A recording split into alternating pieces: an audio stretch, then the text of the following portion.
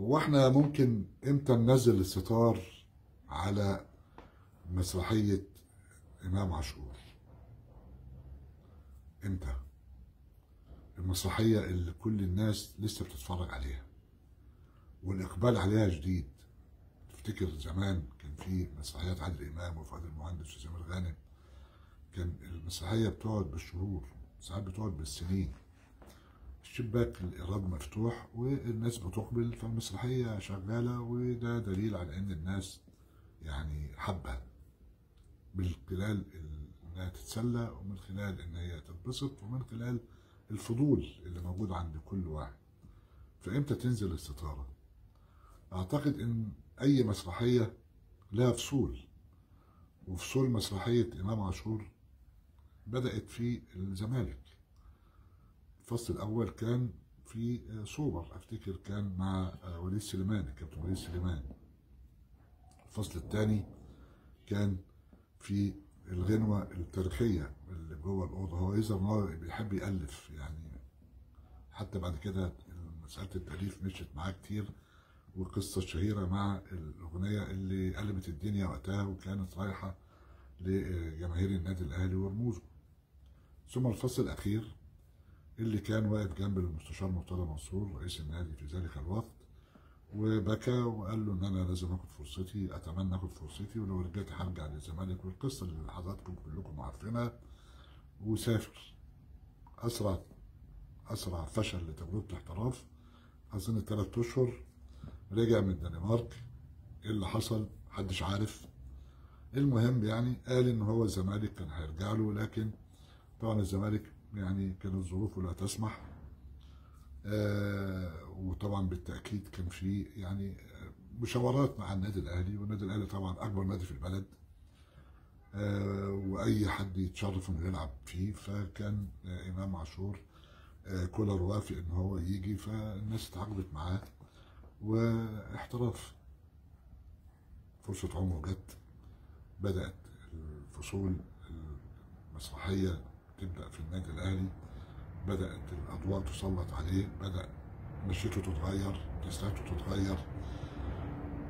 الامور الشخصيه ماليش اي علاقه بيها، وانا ضد ان اي حد يتدخل في شؤونه الشخصيه، لان دي مسائل يعني بتبقى يعني امر طبيعي ان محدش يخش فيها الا في الحدود اللي يتعامل بها الشارع مع هذا الشخص على انه شخصيه عامه، وكل واحد وذوقه بقى في التعامل مع القصه دي. وشفنا حاجات كتير مش هتكلم فيها، لكن كان المشهد الاخير اللي كان حصل عليه العقوبه ال1,000,000 جنيه، وقصه كابتن محمد الشناوي والموال ورمضان، وقال لك اعتذارات ولقاءات ومش عارف ايه، والراجل دخل في مساله الاعتذار بعد ما اتزنق. لكن برضه كل ما يجي كحاله بيعميها، يعني تيجي تخش يقول لك عايز يعبر عن حبه للاهلي، ودي كانت مشكله من اول ما راح الاهلي، عايز يثبت انه حابب النادي الاهلي. فكان برضه يطلق اغاني ويطلع في وسط الجمهور ويغني بيضه وحمراء والقصه اللي انتوا عارفينها دي. وكان السوشيال ميديا بتلاقي فرص جميله جدا، وتلاقي المعسكر هنا بيشتغل ويسخن والمعسكر ده بيرد، والدنيا يعني بقى لنا موال كبير جدا جدا في مسرحيه امام عاشور اللي هو السبب فيها اصلا. يعني النهارده هو المسؤول عن ان هو نازل الستاره، مفيش حد تاني. هو النهارده عنده فرصه عمره، بيلعب في اكبر نادي في البلد، وعنده فرصة كبيرة جدا جدا ان هو يتحط ضمن النجوم اللي لهم مكانة كبيرة، لكن كل يوم بيعمل حاجة بيخسر حاجة قدامها. هو لسه ما عملش اي حاجة في النادي الاهلي، ولا عمل حاجة مع المنتخب رغم ان امكانياته كبيرة. في حد يعني يهمه ان المسرحية دي تستمر؟ بالتأكيد يعني اللي شايف المشهد يفضل ان الستارة تنزل، لان احنا بقينا فرجة بره.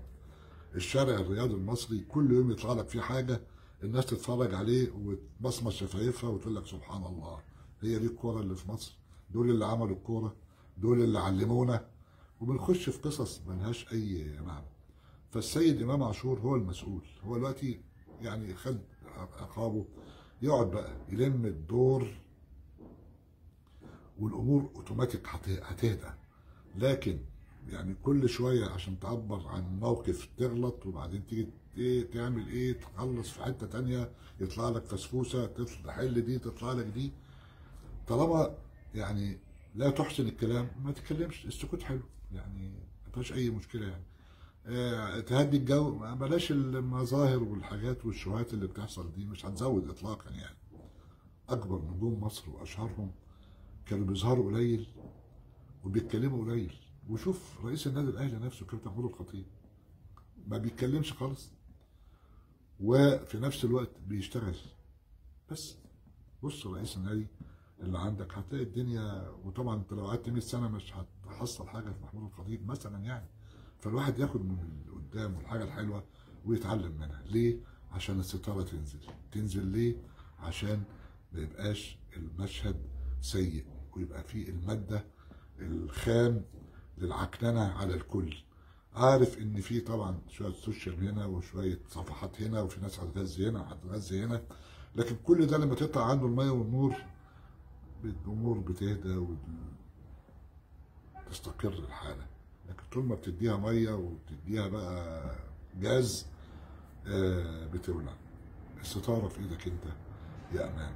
حاول تسرع بان انت تنزلها بدري عشان المسرحيه السخيفه كفايه عليها كده.